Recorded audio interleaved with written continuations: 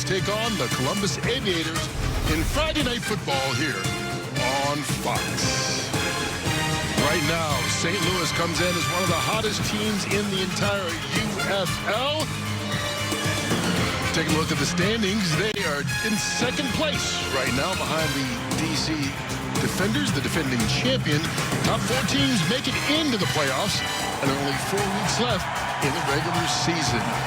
Along with Joel Flack, Brock Hewitt, I'm Kurt Menefee. And Joel, despite being 4-2, St. Louis making a change at quarterback this week. Luis Perez back in, the king of spring. He was traded to this club a couple of weeks ago, and now he's going to make a start for the BattleHawks. It'll be his first snaps of the season, but remember, he's got a lot of experience. He's looking to take care of the football. They've struggled with interceptions. They've got a great defense. They're looking for the veteran to calm things down.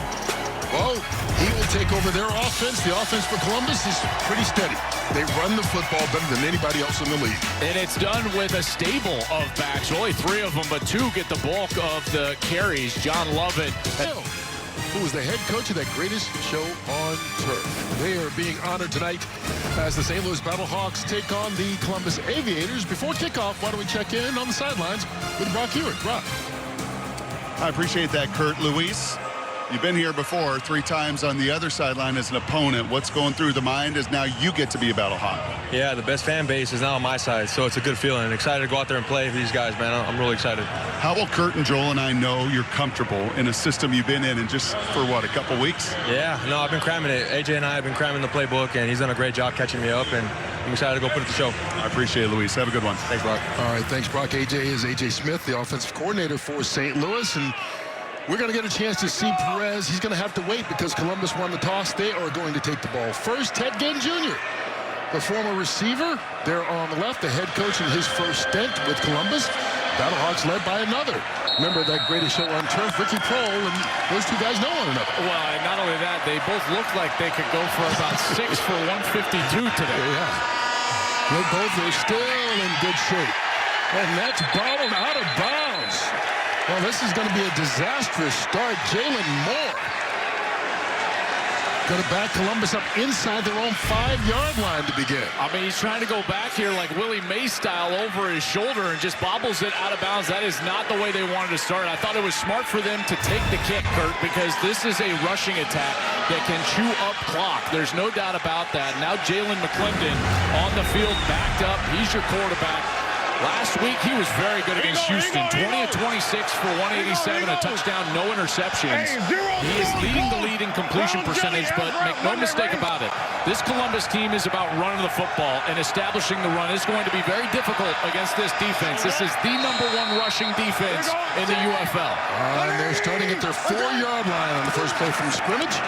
And they hand it off. First carry by John Lovett. Lowers his shoulder, picks up 7 yards on the run.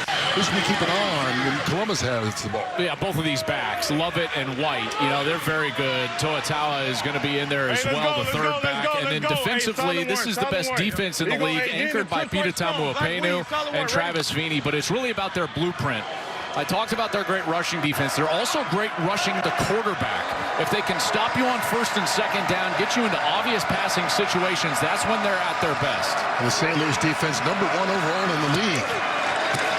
Second play from scrimmage, second carry by Lovett, and he barely gets back to the line of scrimmage.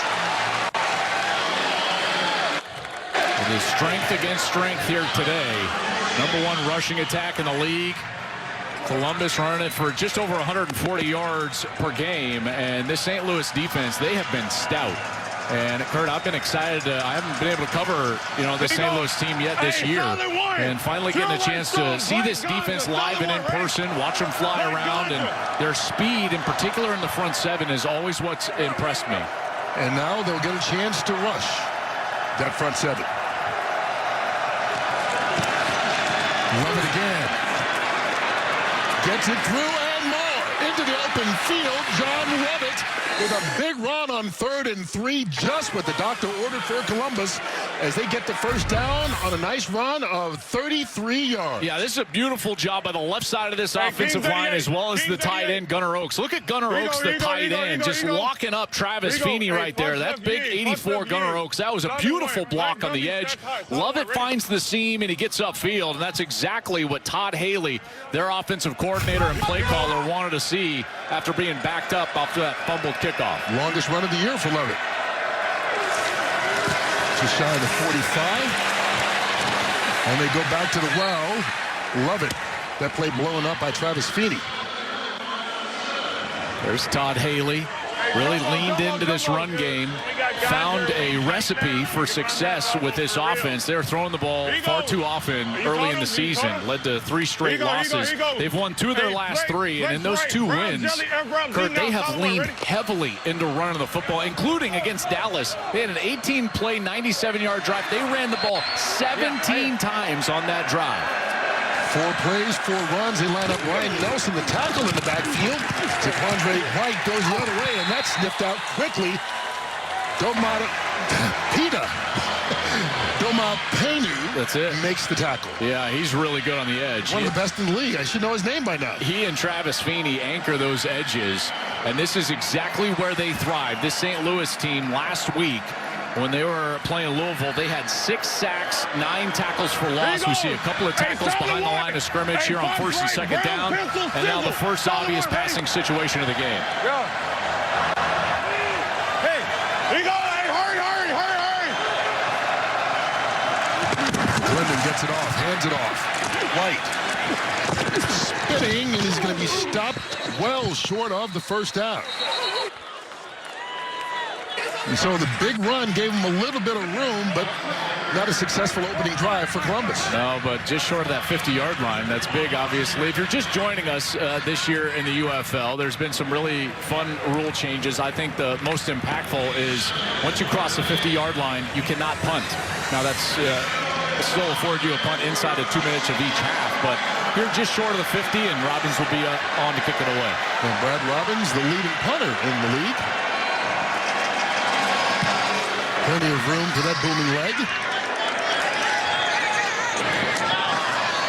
And it is caught right up the middle. And going to be a great start. Sean Fresh, the leading punt returner in the league, showing why. And so St. Louis will have good field position, and Luis Perez's first interceptions. They've really struggled with the interceptions. You saw their great defense. If you got a great defense, all you got to do is not turn the football over. You're going to win a lot of football games, and so that's why he's standing back there as the quarterback right now. There's no one in the backfield with it. Turbo, ready to go. Movement on the line.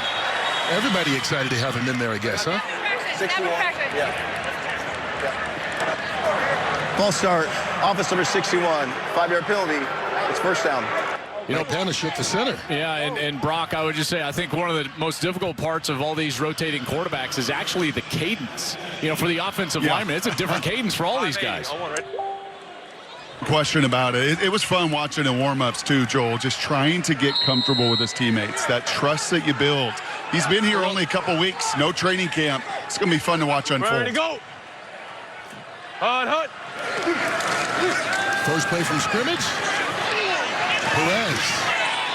Flag down on the play as he throws that one out intended for Howard. Let's see what the marker's for. Boy, there was a lot of contact in the secondary. It looked like they were holding Akeem Butler. Yeah.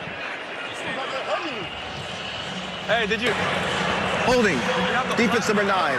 5-yard penalty. Automatic. First down. Well, this is going to be a matchup that I'm excited to watch. This is Cam Smith, the corner. Now, he was out last week with a shin injury. He's one of the top corners in the league, but right here, as Butler tries to spin away, just grabs him by the waist right there. I think that one's easy to call, huh? All the flags came out there. Ready to go. So they got a first down on the hold. Hut. Jarvie and Howard. Howard into Columbus territory, balls out. And it's scooped up by Blake Jackson, who advances it inside the 20. That's one way to move the football. Oh, that bounce. Howard with a beautiful run right here, but a good strip. There's a little punch, and they strip it out. It was coming loose before he was down. That is a live ball. And then how about the bounce right here? Always got to be hustling, trying to get a block downfield. You can see Jackson scoops it up and picks up more. Howard has been very good for them running the football. He's one of the leading rushers. He is the leading rusher in the UFL. And that's something they can lean on. Even with their big play receiver, Akeem Butler, on the outside, they've been able to run the ball really efficiently. And some confusion as they try to get lined up after Timeout, St. Louis. It's the first of the half. As the play clock was winding all the way down, you see Luis is saying, hey, they didn't reset the clock, but they did. And so St. Louis forced to use that timeout. Yeah, and if we take a look at our players to watch when St. Louis has the ball, you take a look at this offense, and we've already seen Jarvion Howard, and this is one of the better backs in the league, and he can really run it. And Akeem Butler on the outside, he is a big play threat. He's averaging 25 yards per catch. So what do you have to do to combat that? Well, you got to get after the run game. That's going to be Ron Stone up front in the front seven, and then find a matchup in the secondary, and that's going to be Cam Smith. We already saw him with the one hold, gave him a free first down. That's a matchup that we'll be seeing and watching all night long. Next play. A.J. Smith, the offensive coordinator, lots of weapons. You're talking about Howard, #1 rusher. Butler, #2 receiver as far as yards in the league. This defense, #1 overall. You see why they have the 4-2 record, yet still forced to make a change at quarterback to try to be more efficient. The only thing they've struggled with is turn the football over at the quarterback position. Here you go, a little wildcat action. And they wind up keeping the ball, pops out yet again. This time it was Gary Jennings, the wide receiver, trying to come around on the end around. Kendrick Whitehead. Regular blue. A.J. Smith going a little creativity here with Gary Jennings there. Here we go. Hey, strong right, Denver punch out, X crack. Strong right, Denver punch out, X crack. Hey, Denver punch out. X crack. I'm ready. Denver punch out. Hurry up.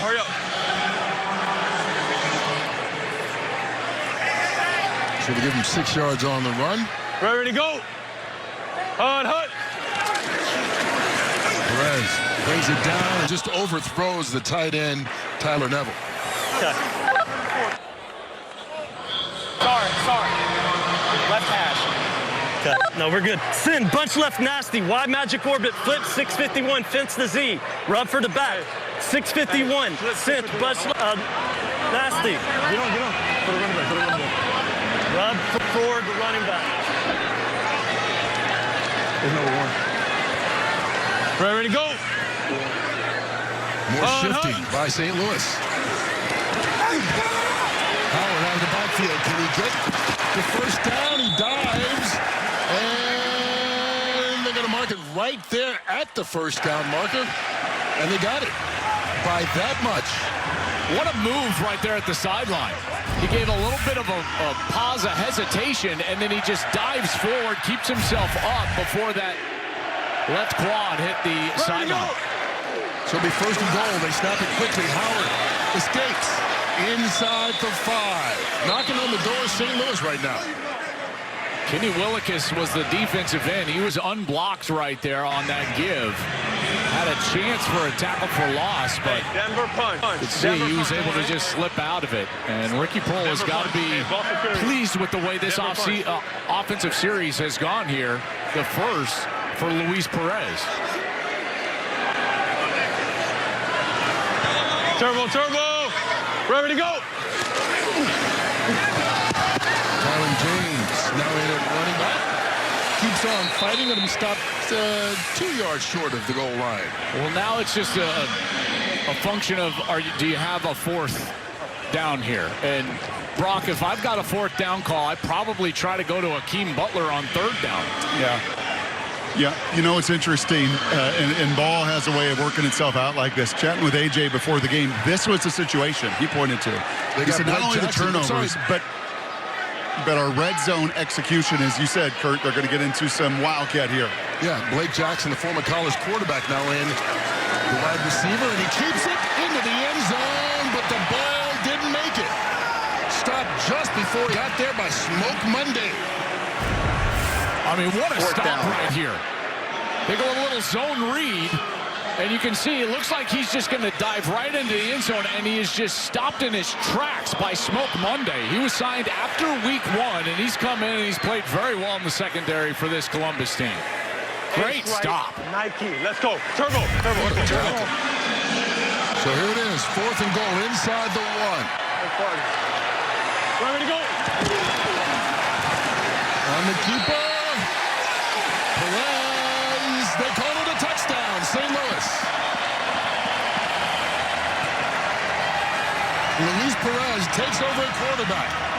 Doesn't complete a pass in his first series, but scores the touchdown. Well, I tell you, you go with a little kind of pseudo-wildcat backup quarterback, and then the quarterback sneak. I've never seen Brock a quarterback sneak with his helmet above the pile like that. Well, don't you think some of that is because there's no tush push? Yeah. Right? I think we get so accustomed watching certainly college and NFL. Oh, this is going to be the tush push. That is not allowed in the league. And there's a little savvy move from Luis, albeit unorthodox, to find the end zone. Maybe they don't need to pass. Nice, effective drive to open up the series. And Ahmed gets the extra point. St. Louis takes it over, marches down the field. Luis Perez, welcome back to spring football. It's 7-0 BattleHawks. Let's go! Stadium. It's too bad there's not an NFL team in here, but it is what it is, and the kids are playing good football. So I think it was, what, about 1999 down in that end zone, the head coach of this BattleHawks team. Yeah. Do you remember the play? Oh, yeah. It wasn't really a true play call. The touchdown was an adjustment off a safety blitz. And Kurt Warner and Ricky Pearl read it properly as coached by Mike Martz and Al Saunders and Jim Hannaford. They executed it beautifully. And, of course, Ricky made an unbelievable catch. And what are the numbers? You'll be 90 in the fall. Yeah, married 70 years. How many kids, grandkids, great-grandkids? We have 11 grandkids and 5 great-grandchildren, yeah. They're all football fans. How cool is that, Coach? Just an honor. Thank you. My honor. Thanks for being here tonight. Yeah, my pleasure. Hey, thank you, Bob. Not only a special coach, one of the greatest people you've ever met. If you've ever been around Dick Field, you know it. And he can be emotional. He was known as a crier back in the day because he cared. Man, that was some of the greatest football that we've ever seen. Yeah. You know, what they did offensively. We've never seen anything like that. You know, Marshall Falk and, you know, Azakim on the outside. I mean, they were just so good throwing the football. Toatawa on the carry. And really, I wouldn't say it changed football, but it modernized it. Yeah, Teams tried to copy that, and it accelerated the game into a version that we have today. Well, and I know it's been, 20, 25 years, but you look at the NFL now, and the running back position has morphed into find a Marshall Falk. You know, Christian McCaffrey, Jahmyr Gibbs. I think the reason Jeremiah Love was just selected 3rd overall to the Arizona Cardinals is because of that metamorphosis of not just a traditional running back, but a guy that can hurt you out of the backfield catching the ball. They were special. Tawa lowering his shoulder and knocked out of bounds right at the 25-yard line. Bring up 3rd down. McClendon is a guy that does not throw the football down the field all that often. They want to churn the yards on the ground. Black twist F wheel. The guy that they look to is Tay Martin, number 81, and he normally lines up in the slot. He's going to be shifting into the slot right now. I was going to say lined up in the backfield, but now he's sitting there right in the slot. McClendon looking that way. Throws it underneath, pass caught, but right away, Dave Lyson makes the stop. And Kiki Chisholm won't get the first down. Well, McClendon wants him to go for it. Yeah. I don't think he knows where he's at on the field right now. You can't go for this right now. So here's the concept. You're trying to get Tay Martin out on the left side. That's where he wants to go first. And then come back to that drag route. That's Kiki Chisholm, but it's zone defense. And he'd never settled down. He just ran himself into that far side defender and kind of covered himself up. If you're on that drag route or something coming across the middle and you got zone defense, you got to settle down in that vacant area. If he was able to do that, he probably could have turned upfield and gotten the first down. So Brad Robbins on the punt for the 2nd time in 2 possessions. High booming kick. Fresh And Sean Fresh out to about the 30-yard line. And so St. Louis will get another crack at it already, having scored on the opening time.